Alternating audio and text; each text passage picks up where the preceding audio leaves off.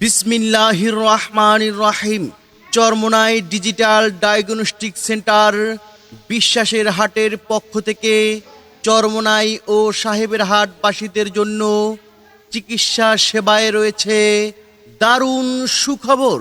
চরমোনাই ইউনিয়নের কৃতি সন্তান প্রখ্যাত মেডিসিন, ডায়াবেটিস, গ্যাস্ট্রোলিভার ও হরমোন বিশেষজ্ঞ ডাক্তার মোহাম্মদ মেহেদি হাসান প্রতি সোম ও শুক্রবার বিকেলে চরমোনাই ডিজিটাল ডায়াগনস্টিক সেন্টার বিশ্বাসের হাট বাজারে তার এলাকাবাসীদেরকে নিয়মিত চিকিৎসা সেবা প্রদান করছেন।